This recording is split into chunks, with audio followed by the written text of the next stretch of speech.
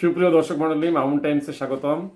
এবার সিরিয়ার president Bashar আল আসাদ দেশ ছেড়ে পালিয়েছেন, সে ব্যাপারে ইত্তেফাক একটা প্রতিবেদন করেছে। সেটা হলো বাশার আল আসাদ এখন কোথায়। ভিতরে কি লেখছে দেখেন।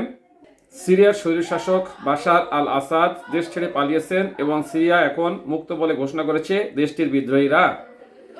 এর আগে বার্তা সংস্থা রয়টার্স সিরিয়ার দুজন সিনিয়র কর্মকর্তা উদ্ধৃত করে জানিয়েছেন, প্রেসিডেন্ট বাশার আল আসাদ অজানা গন্তব্যের উদ্দেশ্যে রাজধানী দামেস্ক ছেড়েছেন।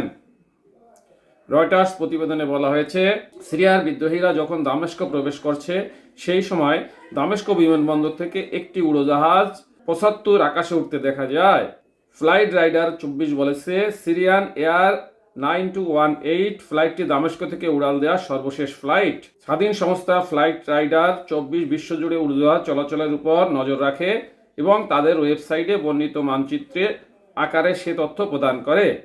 ফ্লাইট রাইডার ২৪-এর তথ্য অনুযায়ী দামেস্কে থেকে ছাড়া ইলিউশন ৭৫ উড়োজাহাজটি প্রথমে সিরিয়ার উপকূল অঞ্চলের দিকে উড়ে যায়, কিন্তু সেখানে থেকে পরে ইউটার্ন নিয়ে উড়ে যেতে শুরু করে এবং কয়েক মিনিট পর সেটি মানচিত্র থেকে অদৃশ্য হয়ে যায়। অদৃশ্য হওয়ার সময় উড়োজাহাজটি হোমসের উপর ছিল বলে আল জাজিরার খবরে বলা হয়েছে। ওই উড়োজাহাজে সিরিয়ার প্রেসিডেন্ট বাশার আল আসাদ ছিলেন কিনা রয়টার্স তা নিশ্চিত হতে পারেনি। তবে সিরিয়ার সেনাবাহিনীর দুই জ্যেষ্ঠ কর্মকর্তা রয়টার্সকে জানিয়েছেন, রোববার স্থানীয় সময় ভোরে উড়োজাহাজে দামেস্ক ছেড়েছেন আসাদ। তখন তারা বলেছিলেন আসাদের গন্তব্য কোথায় তা তারা জানেন না। সাথে থাকার জন্য ধন্যবাদ। আসসালামু আলাইকুম।